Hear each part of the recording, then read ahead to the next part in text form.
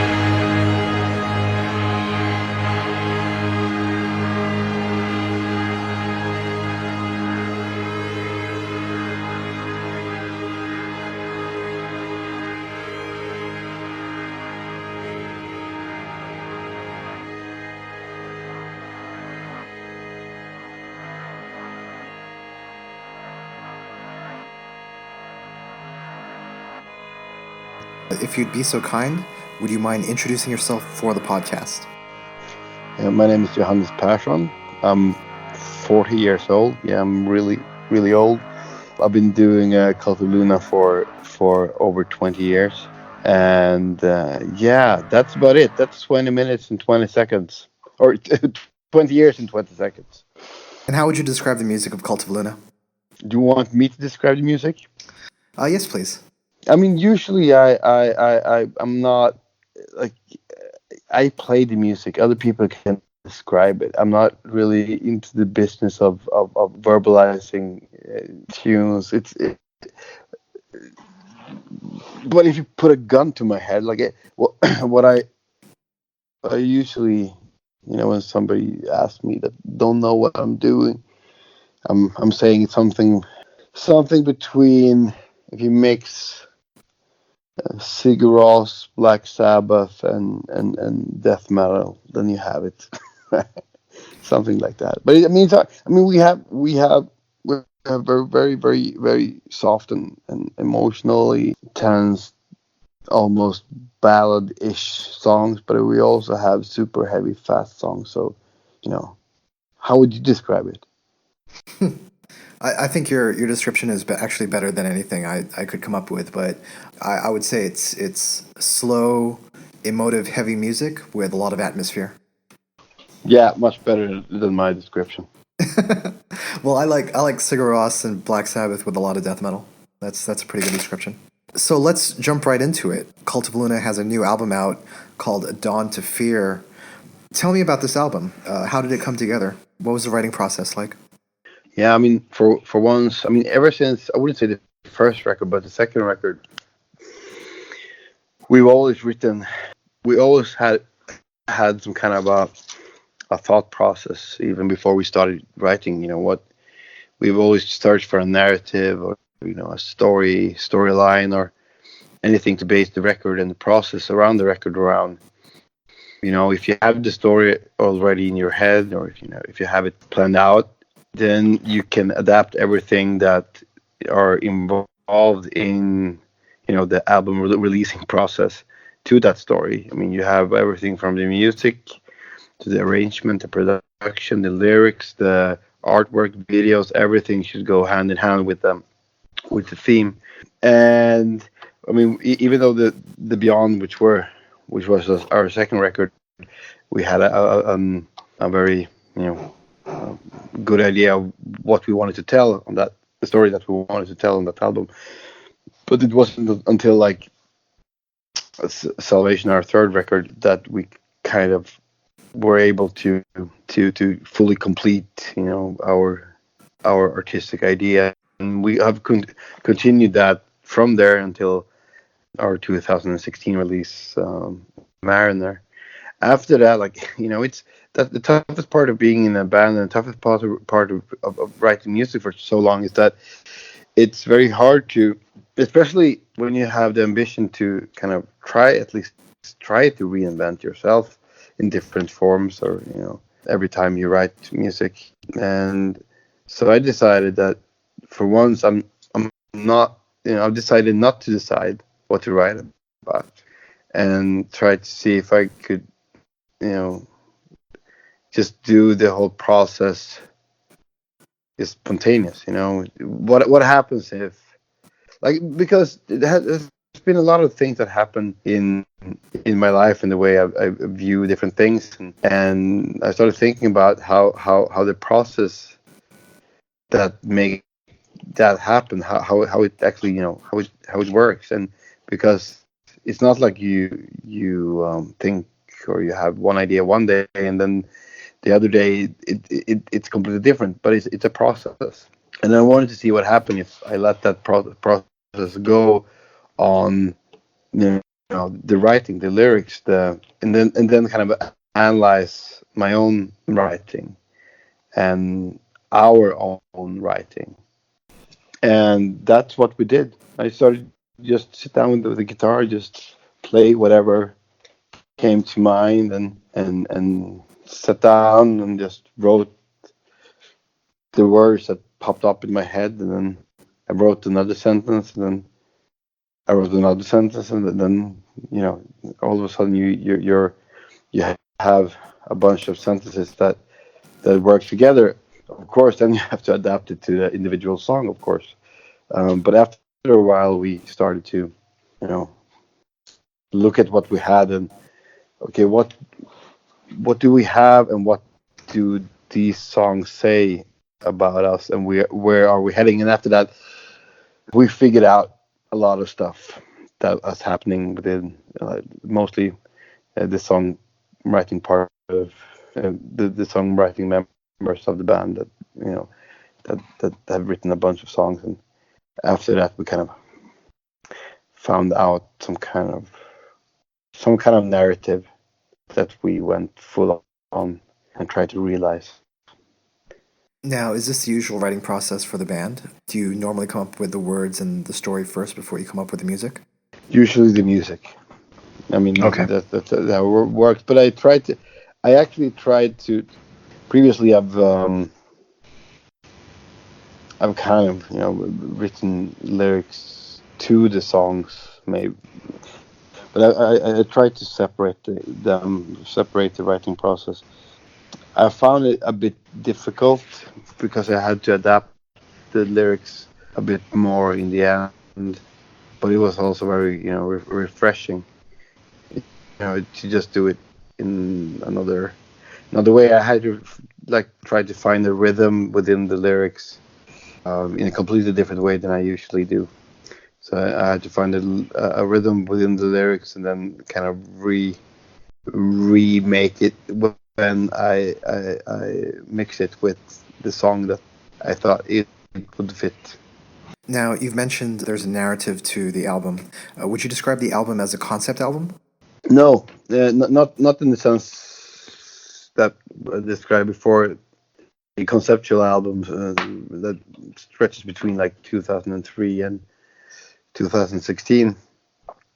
So it's not written out of a concept, but of course there's a conceptual framework around it that we had to figure out ourselves.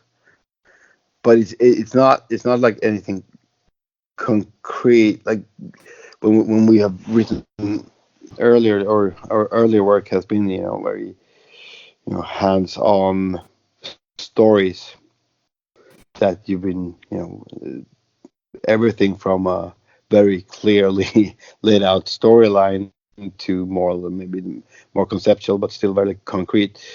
Here is more based around abstract things like emotions, ideas, and feelings. That is very subjective and personal. So there isn't necessarily a storyline that follows from the beginning of the album to the end of the album. No, not in the sense that we've written before, but I do think they're conceptually connected. But there's no storyline in the sense of character A starts his day, character A ends his day. It's nothing like that.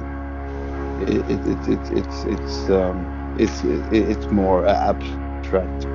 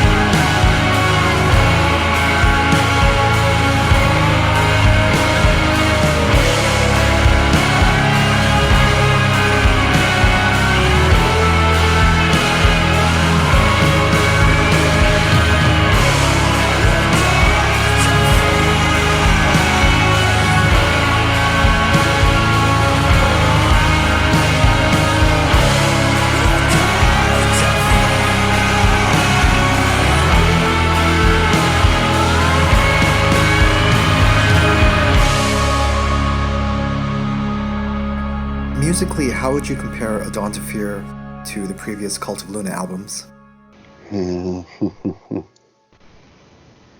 I don't know. It's. I would say that I wouldn't compare. I would more. I mean, it's not the production is very different from the last two records that have had a clear that have been written with a clear idea of space and cities and mechanical stuff, which have kind of bled over to the production and how we did that. I think that it's way more organic. I don't think it is. It is way more organic. It's dirtier. I would say the production is more like Somewhere Along the Highway than anything other that we've done. But and like I don't know. I remember thinking when we were done with the recording that it felt like a more maybe more atmospheric album than anything we've done before, and I keep hearing that people say that it's the heaviest album we've ever done. So I don't think you can trust my judgment. So this album was recorded in Ocean Sound Recordings in Norway. Why did you choose the studio? First of all, we really wanted to make this a collective effort. Ever since 2008 or something like that, 2007, I moved away from the city, and every record we've done, we've kind of met up for a couple of days, and then we have scattered and recorded everything, in different studios all around Sweden. But we wanted to stay together for the 10 days or 2 weeks or whatever we wanted to, that we would book the studio for. But I think Magnus, that has recorded all our music and is a member of the band, he had worked in that studio before. So we chose between that and another one.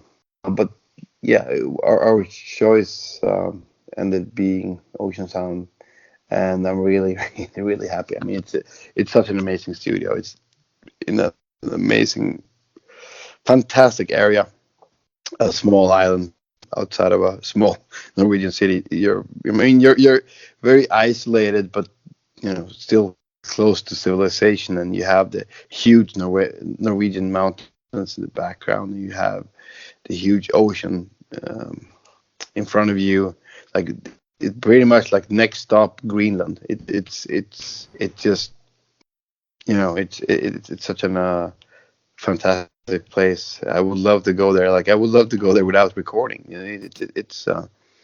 It's really, really beautiful. And just look through all the pictures I took when I was there exactly 1 year ago. So I wouldn't mind go back there. Would you say that the location affected the music in any way? I mean, it's impossible to say. Well, yeah, of course. I mean, it goes without saying in one sense, but any place would affect. In what way, it's impossible to say. But the most important thing was that we did it together as a collective effort, and that we experienced the whole thing together. That we our French manager, he was there during the whole time, and just seeing the Northern Light for the first time, that was quite an experience. Things like that, it's an everyday occurrence when you live in the north of Sweden, but you don't realize that it's actually quite exotic. But experience things like that, camaraderie and friendship and doing this, like I said, like a collective effort. If somebody had an idea, we could just talk about it there. And then we didn't have to write 1 million emails back and forth to decide stuff. We could just have a discussion there and then.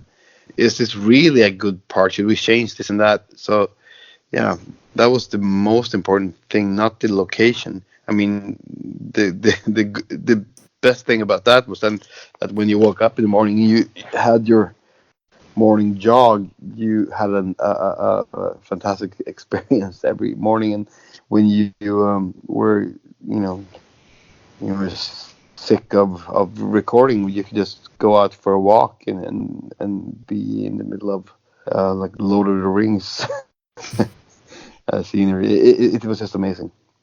Was this a more collaborative album than the previous few Cult of Luna albums?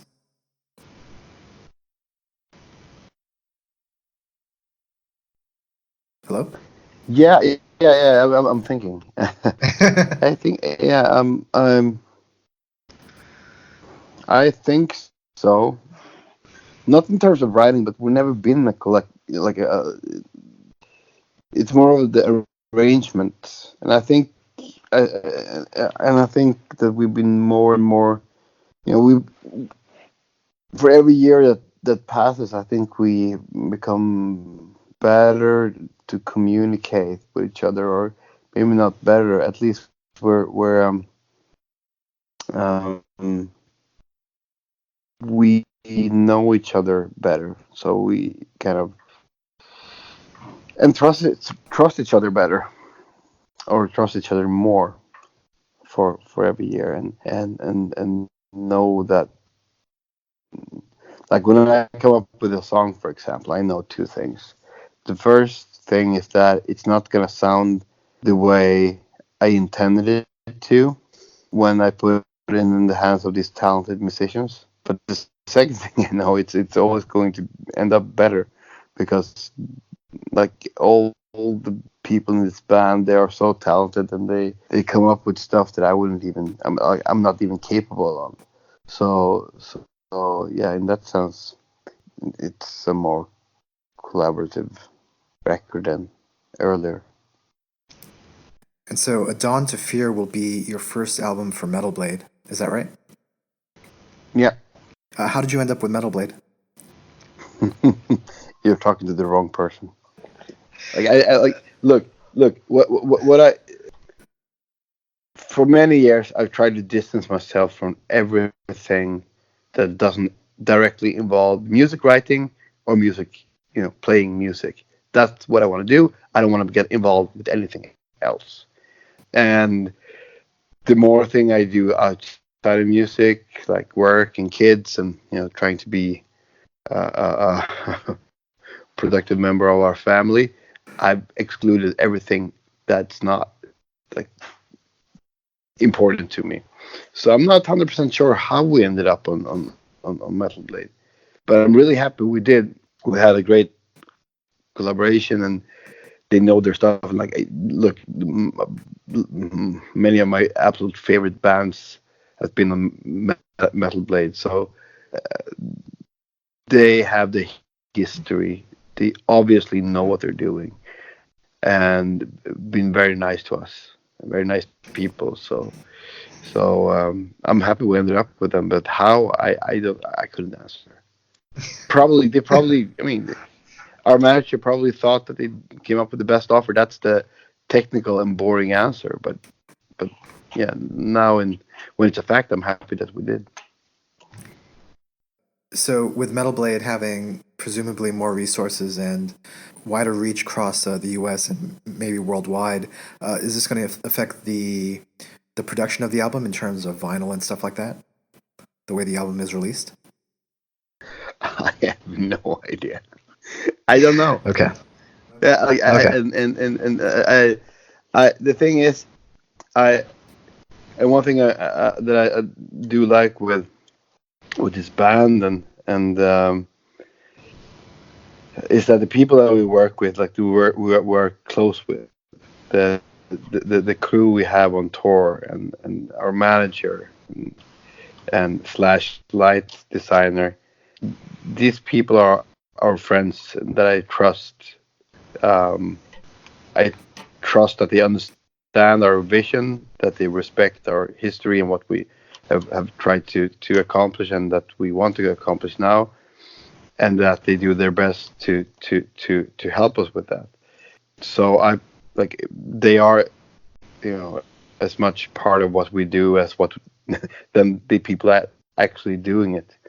Um, and that goes especially goes especially with our manager, Alexei, that I trust that he will make the right decision when it comes to production of vinyls and all that. And I always tell him, like, if you want to, if you're not sure about anything, ask me. So yeah, I've been, when it comes to vinyl releases that I actually care about, because I've been a late bloomer vinyl addict and pick colors and all that. Yeah, I do that, but I don't know anything about the production and anything apart from that.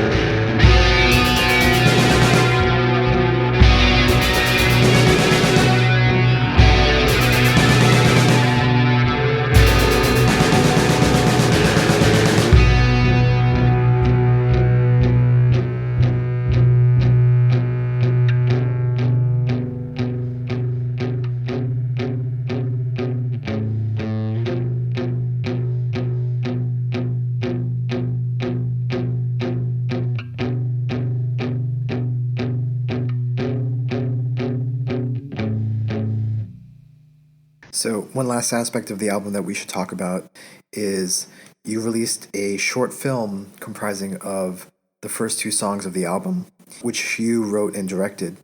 Tell me about the short film. How long had you been working on it, and when did the idea for the film come to you? Yeah, that was Alexi again, our manager. Yeah, that's a long story, but also a quite short story. Yeah, when you release music, you release music videos. Apparently, I'm not really a fan of it, but that's how it is, and I have to live with it. And I told Alexi from start that I will not direct this. I will not direct it, and I'm I rather not do a video than do a video that I can't stand behind artistically. And I got some show reels and stuff like that from directors and all that, and I just realized after a while, like, no, I don't feel comfortable putting this project into the hands of anybody else than me. So, or even better, to nobody, just don't do anything. And I tried to convince Alexi that would be a good idea, but he kind of forced me to come up with an idea with a storyline that would work for two videos.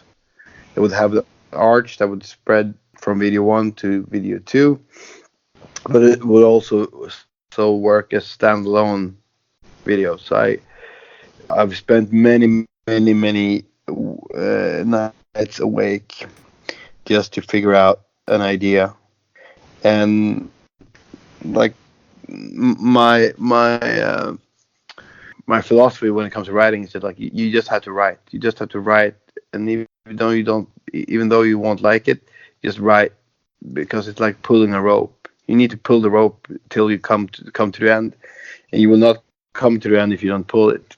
So I just wrote and then threw away ideas until I kind of found a narrative that I was able to mix together the individual themes of the songs with a lot of references to earlier works.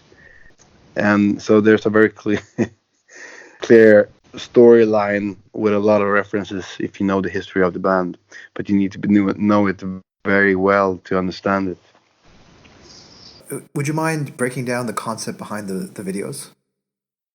Or would you rather leave it ambiguous? I mean, I think, at least if you read the lyrics, they're very, very, very out in the open, and and especially when you write or when you read the liner notes that are included in the album. I mean, I wouldn't be like, I would leave it to the intelligence of the audience to watch the whole thing and and try to make sense of it, rather than, walk somebody hand in hand and tell them exactly how I thought and my ideas. I mean, everything are in a very, very long document somewhere on my computer. So it's all, nothing in that video is there just because of chance, or it was a very well defined script, or more of a storyline, of course. But yeah, I would say no. Just read the lyrics. That if you read the lyrics, you'll find. I think you might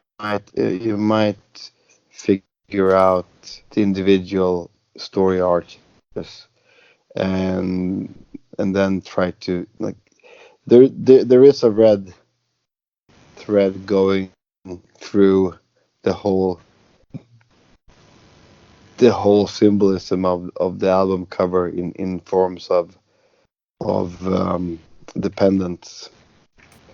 So just have a look through it and think of what they have around their necks. That's the only thing I'm gonna give you. It's about light and fire, and yeah.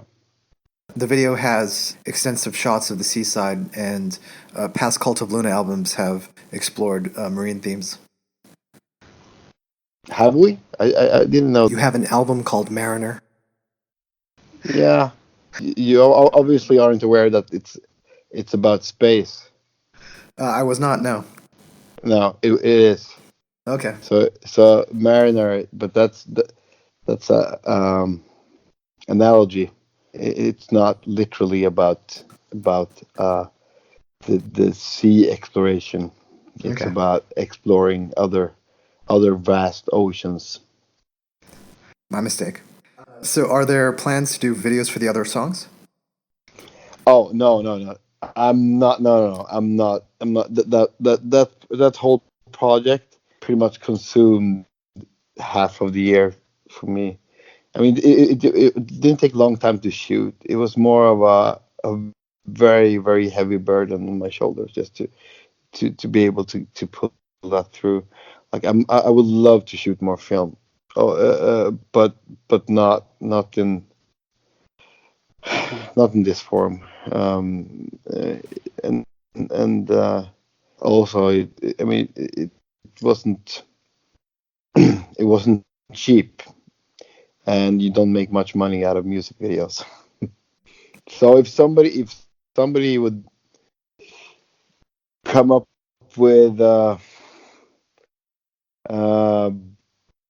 couple $100,000, then maybe. But I'm not gonna pay more for it myself. So, finishing up, what do you have planned next? You guys have a European tour coming up. You have a US tour for the beginning of 2020. Is there anything else? Nothing. Well, yeah, there's a lot of stuff happening, and we get a lot of suggestions, a lot of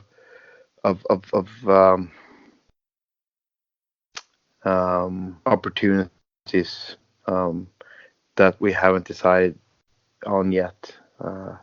And like I love playing live, but it feels so weird that we started to plan stuff when we haven't even done our first tour. I know I'm gonna be sick of playing, and also I'm going to Paris on Friday. I'm doing a collaboration with Perturbator for